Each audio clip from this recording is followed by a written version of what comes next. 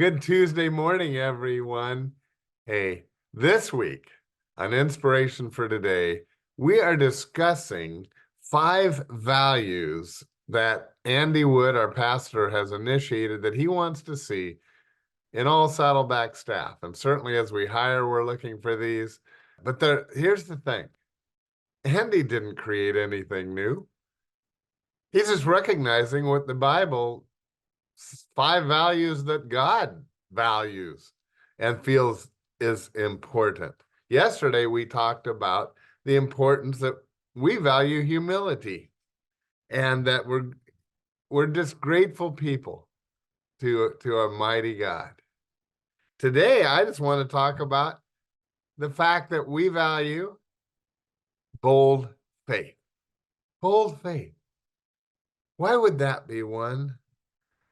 Because it's so great to put ourselves into a position where God must come through for us. And that's an expression of faith. God honors faith. Boy, I tell you what, every time I'm involved with leading in any way, I always pray, Lord, now please, you give me the words to say. That's often what I pray, even as I do this show. Because I know that it's got to be him working through me. How do I know?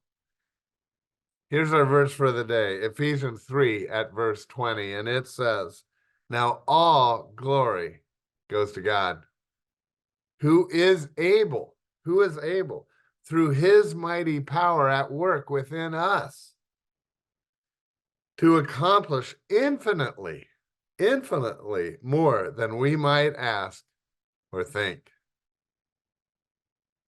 I just love that verse. God allows us the privilege of ministering for him, but it's he who comes through for us and enables us to do it. We need to step out. We look for ways to step out in faith so that God can come through. Saddleback's always done that. I think Rick Warren was just a master at this, of dreaming big dreams that there's no way he could accomplish, or our church, we could accomplish without the Lord coming through. I think immediately of the great times when we practically fed Orange County, and especially during the COVID times. Those numbers were just astronomical. We could have never done that on our own. God just continued to open doors and bring food in massive quantities to us, and then we were able to distribute it. I think of Saddleback dreaming that we would send a missions team to every nation in the world. Impossible. But it was done. I think of two events in the Bible where God really rewards bold faith. And by the way, as we're talking about these things, is there anything that you feel God was perhaps working in your life or nudging you to do, and you say, I just couldn't do it. I couldn't do it. And you know what? You might be right. You couldn't. But with God's help, you can. I always think back to that story where one of the Chicago Bulls was asked, well, how was your game tonight? And he said, it's great. Me and Michael Jordan combined for 50 points. The point of that is, if you're not a basketball fan, Michael Jordan probably had 50 points. But when combined with, that's a way of phrasing it that drives home the point. If you have a mighty person on your team, it carries you. And certainly, David and Goliath is a story that immediately comes to my mind. Because David had God on his side, what chance did Goliath have? None. Me and God, and you can get a lot done. Because he does it. Because he does it. Oh, I've seen that so much in my life. I so appreciate this, that we value bold faith.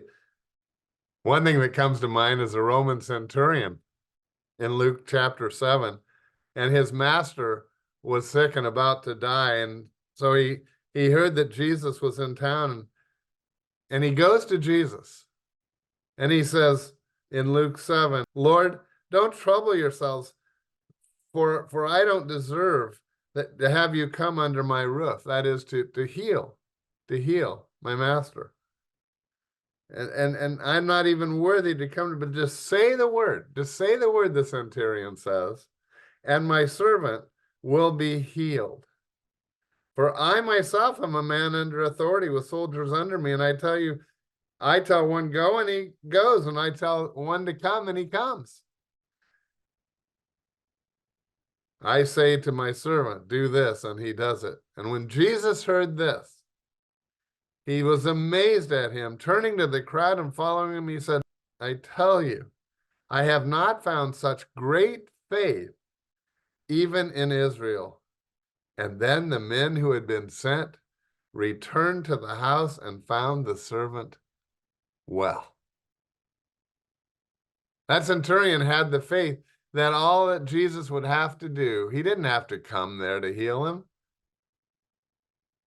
He just, in faith, said, Jesus, you just say the word and he will be healed. And Jesus said that is the type of faith that he admires. And he healed that person from afar. Wow. No, God asks us to show such faith. You remember another story? I know you do. It's found in Mark chapter 2 at verse 1 through 5. And I'll just tell you the story. It's, there was a paralytic, and he couldn't walk. And so his four friends, and it was so crowded, he couldn't get to Jesus. The house was so crowded. So you remember what they did? They go up on the roof, and his four friends had him they laid him on a mat and cut a hole in the roof and lowered him right on that mat to right in front of Jesus. And you remember what happened? Here's what Jesus said. Seeing their faith, Jesus said to the paralyzed man, my child, your sins are forgiven. Jesus rewards great faith, bold faith, bold faith. I know that's a value I want in my life. I want it for each one of us. And that expresses itself in different ways. It can be that if God is nudging you to take on a ministry, or even just to serve your neighbor, and you say, I can't do that. Yes, you can. You can with God's help. God, who is able through his mighty power at work within us, accomplishes infinitely more than we might ask. I went back to Ephesians 3:20, our verse for the day. No, it's a fact of life that when we step out, this actually also affects our prayer life, doesn't it?